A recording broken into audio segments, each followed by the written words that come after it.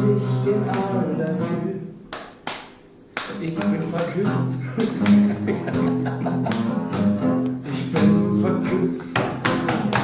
Mir läuft die Nase. Ich glaube, ich brauche eine Tasse von Tee. Ich brunz wie ein See.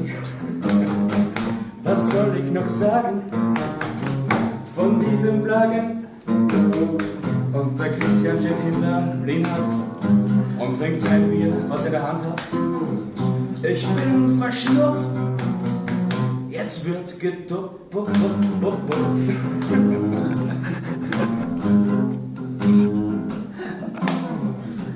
Hey Schatzi, obwohl mir meine Nase rinnt, scheiß auf den Gummi, wir machen ein Was soll ich noch singen? Ich kann das nicht mehr.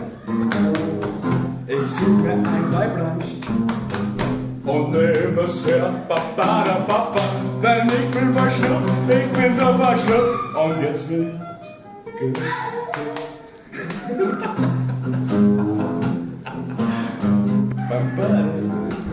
Was ist das? Verdammt. Goschenfotzen, hört ihr da draußen das weibliche Gelächter? Hey Mann, jetzt komm ich. Mein Name ist Fotzenschlechter. Ich bin verschnupft,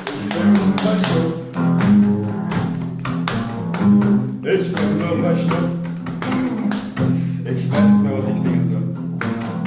Schön wäre ein volles Bier. Hab ich's erst ausgetrunken, dann werde ich schnell einmal zum Tier. Aus, fertig. Ich kann nicht mehr. Ich brauch schnell was zum Ficken her. Oh yeah. Danke. Es ist so schwer zu improvisieren, das ist gut gespielt, ehrlich. Euch Publikum, Traum. Echt, weil es Spaß hat.